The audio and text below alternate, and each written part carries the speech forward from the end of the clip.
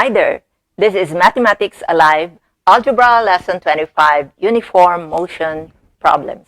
Let's start with problem number 1. Alvin starts walking along a road at 4 kilometers an hour. An hour later, Boyet walks in the same direction on the same road at 6 kilometers an hour. How long a time will it take Boyet to overtake Alvin?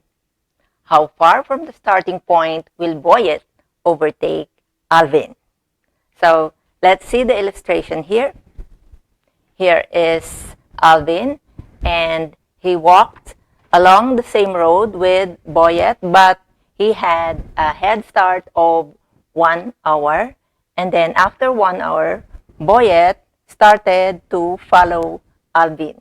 So the problem is, at what time will Boyet overtake Alvin? So the time will start when Boyet starts walking. So we let t equals the time that Boyet started walking, and then up to the time that Boyet overtakes Alvin.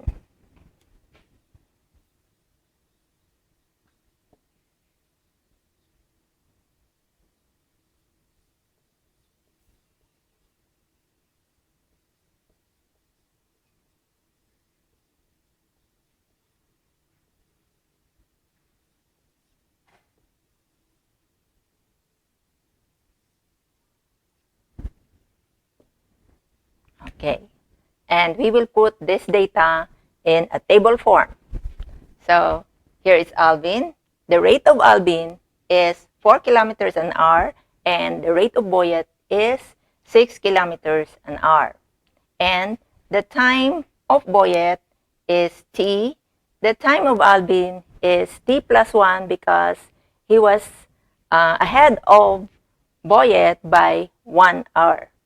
And then the formula for distance, because we are looking for the distance that they both covered and the time that it took them to cover the same distances. So we have distance is equal to rate times time.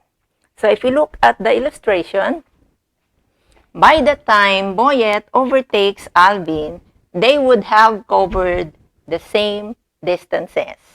Therefore, distance of Alvin, or distance 1, is equal to distance 2. So we can equate the two distances and have one equation for these distances. So if the distance 1, which is rate times time, the rate of Alvin is 4 kilometers per hour times his time. So 4 times t plus 1. So we will put that as distance 1, 4 t plus 1 equals distance 2. So distance 2 is equal to 6 times t. 6t. And then we will solve for the time t. So 4 times t plus 4 equals 6t. Then we have 4t minus 6t is equal to negative 4 by addition property of equality. Then we have negative 2t is equal to negative 4. And dividing both sides by negative 2, we have t equals 2. That is 2 hours. Therefore, it will take 2 hours for Boyet to overtake Alvin. Let's do the checking. So t is equal to 2 hours, and then this is our equation. So let's substitute the value of t. So 4, 2 plus 1 equals 6 times 2. So we have 4 times 3, 12 equals 12. So we have just checked our answer, and so this is the correct answer. Example number 2. We have two cars start at the same time from opposite points A and B, 550 kilometers away. The first car travels from point A at 50 kilometers an hour towards point B. And a second car from point B travels towards point A at 60 kilometers per hour. When will they meet? And here is the illustration. We have car A at point A traveling 50 kilometers per hour towards point B, and car B at point B travels at 60 kilometers per hour towards point A. But of course, they will not bump each other because they are traveling in different lanes. But somewhere along the road, they will be meeting. So this is the point where they will meet, and the question is at what is the time that they will meet? When will they meet? And then we also have to discover what is the distance that they will both cover when they met. So let's look at the possible equation. Look at the table. We have rate of car A is 50 kilometers per hour. Car B is 60 kilometers per hour. They will meet at the same time because they started at the same time, so their time is both t. And the distance 1, using the same formula, distance equal to rate times time. So we have 50 kilometers per hour times t for distance 1, and 60 kilometers per hour times t for distance 2. And by the time they meet here, they would have covered equal distance to the total distance from point A to point B. So distance 1 plus distance 2 is equal to 550 kilometers. So that will be our equation. Distance 1 plus distance 2 is 550 kilometers. And then we will put the value for distance 1 and distance 2, substituting 50t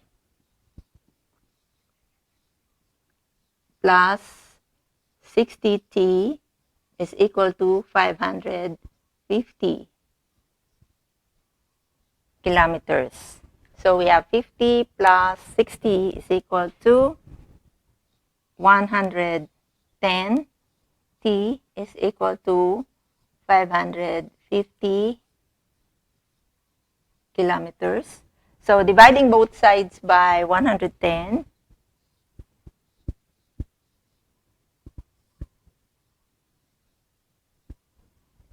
so we have T is equal to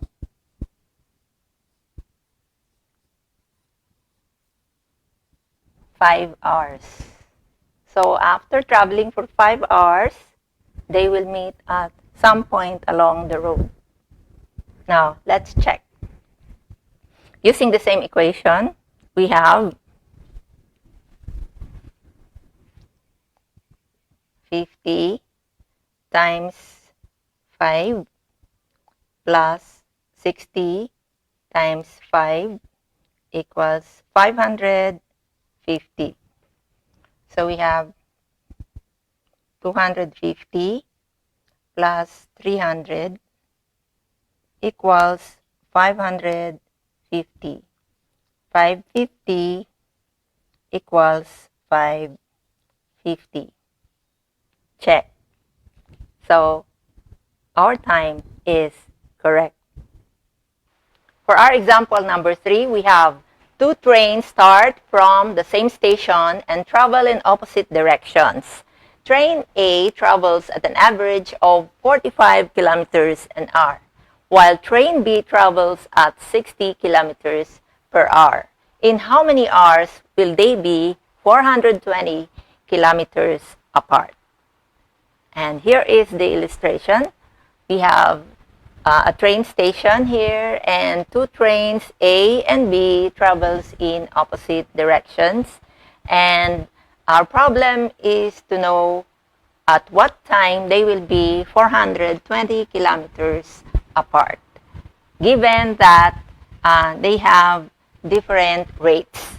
So train A is 45 kilometers an hour, and train B travels at 60 kilometers per hour. We will put those data in a table. So we have the rate, the time, and the distance. Since they started at the same time, and they will be 420 kilometers per hour at the same time, so they will have a uniform time t. And then their distance or distances will be d1, 45 times t, and d2 is 60 times t. By the time that they will be 420 kilometers apart, then their distances will be equal to this distance also. So the distance traveled by train A is added to the distance traveled by train B to get a total of 420 kilometers per hour, or kilometers only. So distance 1 plus distance 2 is equal to 420 kilometers. So we will just substitute the values of d1 and d2 in this equation.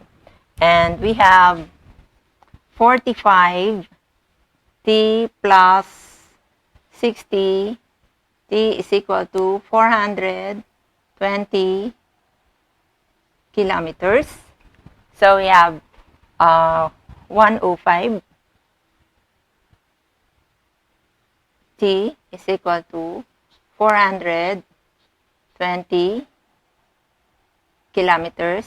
So dividing both sides by 105, we have t is equal to 4 hours. Okay, if we check at t is equal to 4 hours, we have 45 times 4 plus 60 times 4 equals 420.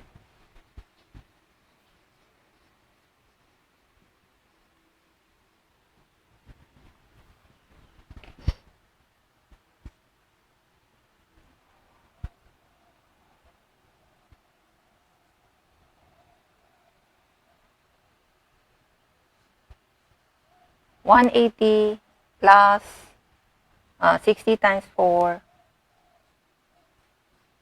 240 equals 420.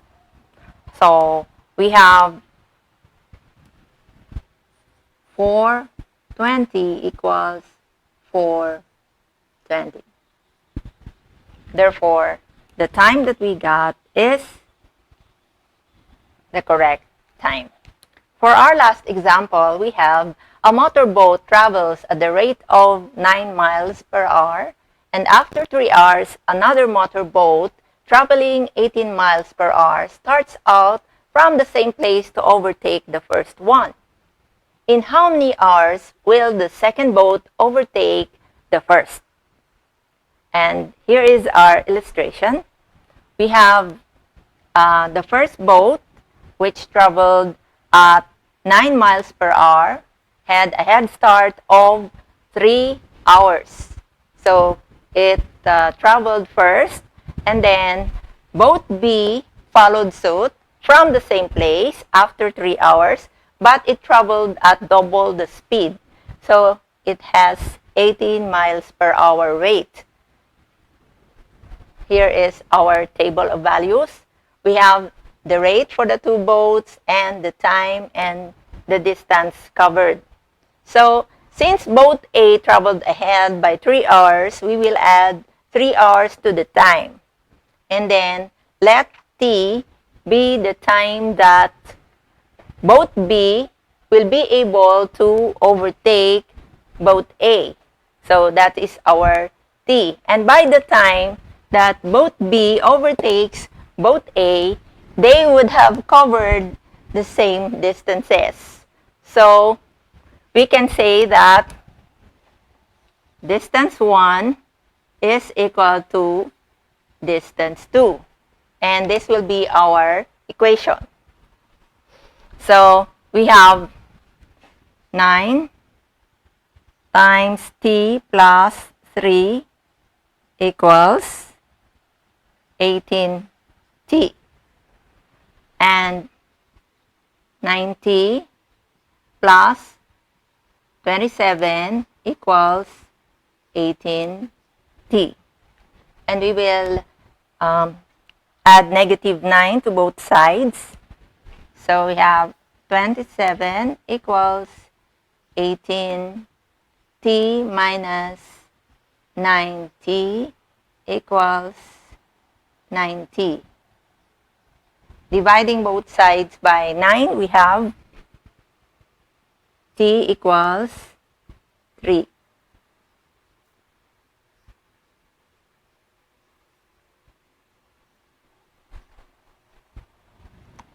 So it will take 3 hours for both B to overtake both A. Checking, we have check t equals 3. 9 times 3 plus 3 equals 18 times 3. So we have 9 times 6 is equal to 54. 18 times 3 is equal to 54. So 54 equals 54. The time we got is correct. So I hope this lesson has been clear and helpful for you. You just need some more practices and you will be able to solve problems like this in the future. Thanks for watching and please like, share, and subscribe to this channel by clicking the button below.